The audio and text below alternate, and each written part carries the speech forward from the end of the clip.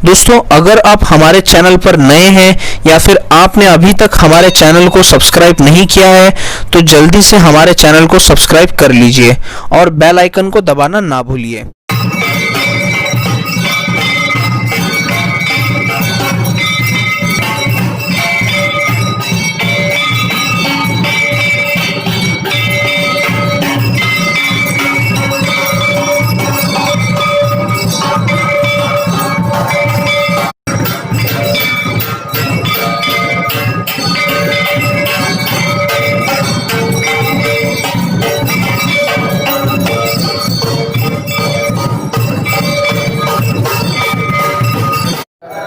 रामानंदाचार्य भगवान के श्री बड़े भक्तमाल जी महाराज के श्री महाराज जी की अपने अपने गुरुदेव भगवान के अन्नकूट महोत्सव आरती की जय जय हे हम सदा मणि भगवान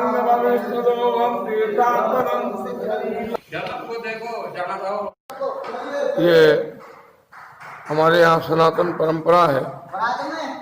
दीपावली के दूसरे दिन भगवान गोवर्धन की पूजा की जाती है और अन्नकूट में विभिन्न प्रकार के व्यंजन बना करके भगवान को निवेदित किया जाता है। अन्नकूट महोत्सव, गोवर्धन पूजा, ये बड़ा पुण्य समय है। भगवान को नए अन्न को भी अर्पित किया जाता है। ये परंपरा हमारे यहाँ पुरातन चली आ रही है। उसी परंपरा के अंतर्गत आज भगवान श्री सीताराम जी का अन्नकूट महोत्सव मनाया जाता है।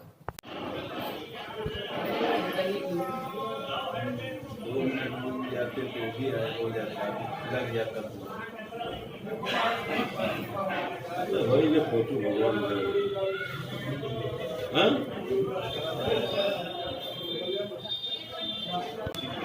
ऐसा है। अन्नकूट का एक बहुत बड़ा पर्व हमारे यहाँ मनाया जाता है और यह पर्व वैसे तो द्वापर में लोग बताते हैं, लेकिन हम कहते हैं ये पर्व जो है चारों युग से चलता आ रहा है। विशेष करके भगवान राम का जब राज्याभिषेक हुआ तो उस समय में भगवान को 56 प्रकार का व्यंजन जो है भोग लगने के लिए भक्त लोग अपना उत्सुक मैंने तैयार भये कि नहीं भगवान को भोग लगना चाहिए।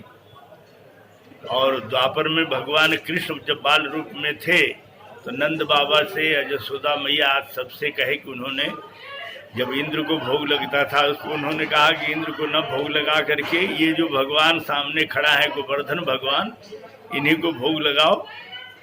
तो सब लोगों ने कहा कि क्या नाम है भाई, ये तो पहाड़ है। कहे पहाड़ है तो जब भोग लगाओगे प्रेम से तो ये रूप धारण करके आ जाएंगे, तुम्हारे भोग को खाएंगे। तो सब लोगों ने उनके कहने पर अपना 56 प्रकार का व्यंजन, नाम तो 56 का होता है लेकिन बहुत प्रकार का कुल व्यंजन हो जाता है, मिष्ठान आदि गुण लेकर के सब भोग लग जब जाता है, भोग लगता है तो लोग कहते हैं कि महाराज कोई खा नहीं रहे। भगवान कहे तुम लोग आंख बंद करो।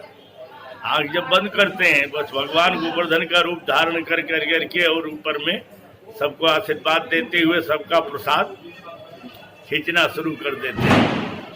तो ये अन्नकूट का मतलब होता है कि जितना नया से और पुरान तक जितने अन्न हैं जिसको समय के पहले हम लोग नहीं ग्रहण करते हैं उसका भी आज भगवान को भोग लगता है। अब भोग लगा करके वह प्रसाद वितरित होता है जन कल्याण के लिए। जितने से जितने लोग आ जाते हैं उनको बांटा जाता है, खिलाया जाता है। अन्नकूट का पर्व जो है ये साल में एक बार दिवाली के बाद और भैया दूज के एक दिन पहले मनाया जाता है। और इसका विशेष महत्व यही है कि ज़्यादा से ज़्यादा प्रकार का व्यंजन, खटरस, तीतरस और मिष्ठान आदि मने चारों प्रकार के जो व्यंजन हैं, 4 भांत भोजन विधिगाई, एक एक रस वरण जाई, ऐसे कर करके ये बनाया जाता है। अब बना करके भगवान के सामने रख करके भोग लगता है और उस भोग की आरती जो होती है और भगवान का जो प्रसाद होता है उसको दर्शन से ले करके और उसको पाने तक अर्थात खाने तक का जो महत्व है बहुत विशेष दिया गया है। इसलिए अन्नकूट जो है श्रद्धा और प्रेम से मनाया जाता है। भगवान को सब भोग लगा करके अन्नकूट में ऐसा है कि अन्नकूट को हम लोग गोवर्धन पूजा के हिसाब से लेते हैं।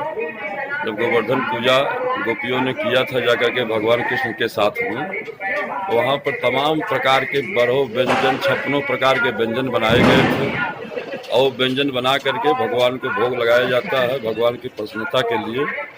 इसलिए अन्नकूट की परंपरा बहुत अनादि काल से चली आ रही है।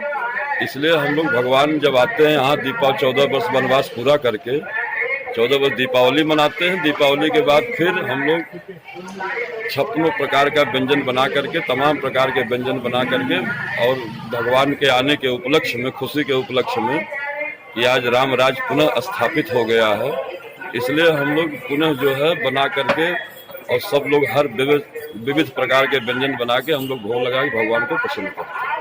हनुमान गढ़ी में आज क्या खास है?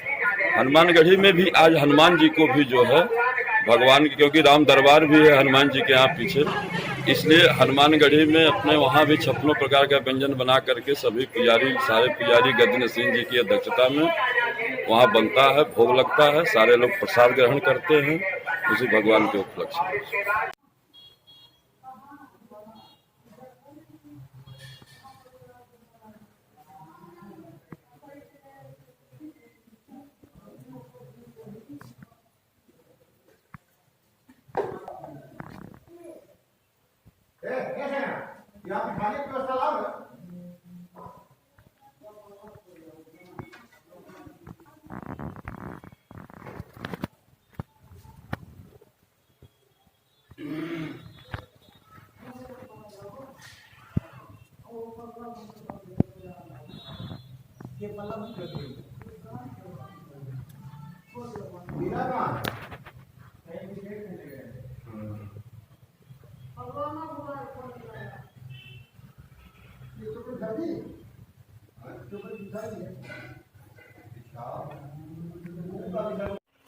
महाराज जी आज अन्नकूट है, अन्नकूट क्यों मनाया जाता है? दो कारण है अन्नकूट मनाने का।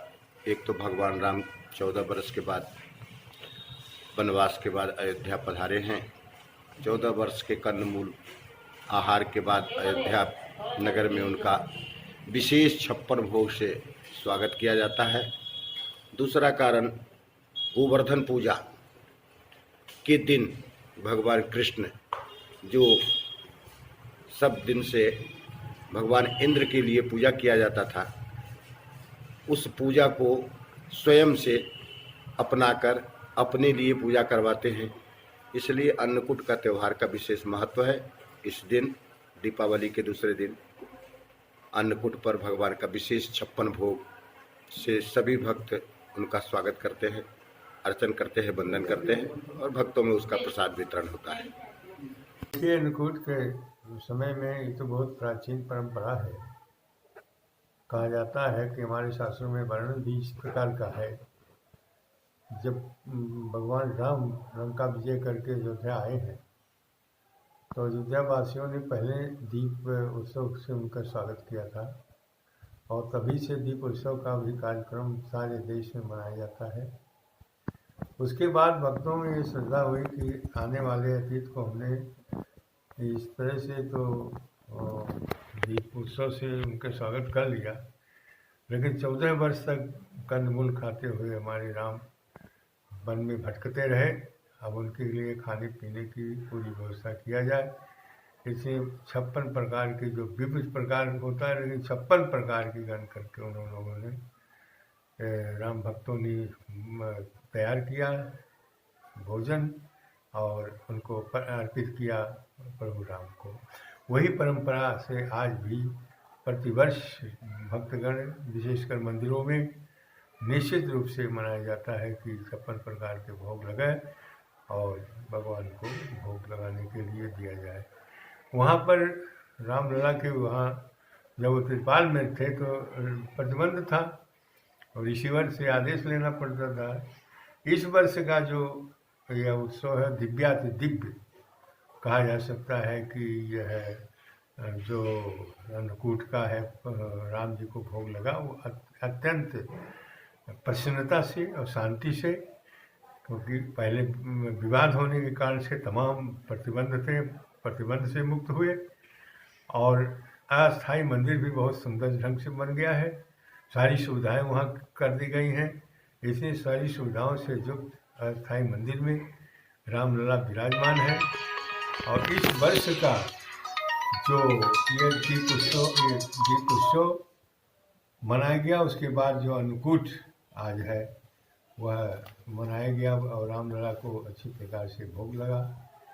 तो यह प्रसन्नता है राम भक्तों के लिए कि राम भगवान के वह लगभग 500 वर्ष के पहले रामलला किस स्थिति में रहे और विवाद के कारण विवाद कोर्ट ने समाप्त कर दिया। और रामलला का इस वर्ष का जो दीपावली हुई और भोग लगा वो अपने आप में अद्वितीय है। बहुत प्रसन्नता है, सभी भक्त खुशी हैं वहाँ भोग लगा करके। और जो जितने भक्त वहाँ उपस्थित थे सबको वहाँ प्रसाद वितरण कर दिया गया। अन्नकूट अनंत प्रसाद ठाकुर जी को लगाया जाती है। आज जब जो सब्जियां पहले साधु महात्मा नहीं पाते, जैसे बैगन नहीं पाते इसके पहले, लेकिन आज के बाद सभी लोग उस प्रसाद को पाने लगेंगे। श्री ठाकुर जी को प्रसाद लगने के बाद वह प्रसाद अमृत तुल्य हो जाता है।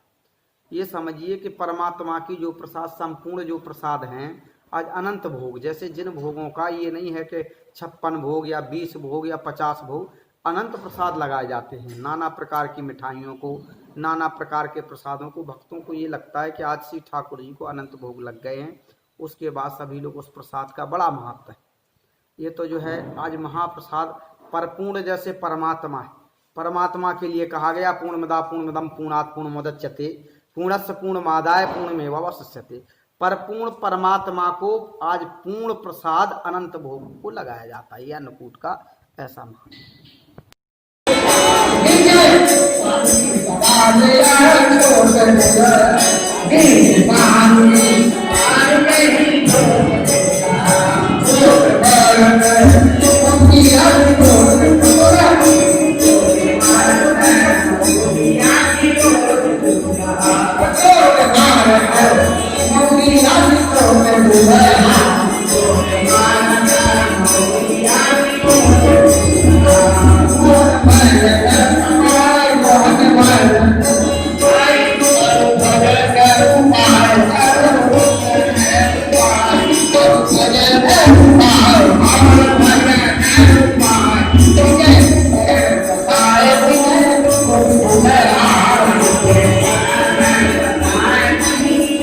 सब्सक्राइब करें इस चैनल को और इस बेल घंटे पर भी क्लिक करें ताकि रोजाना आपको ऐसी वीडियो मिलती रहे।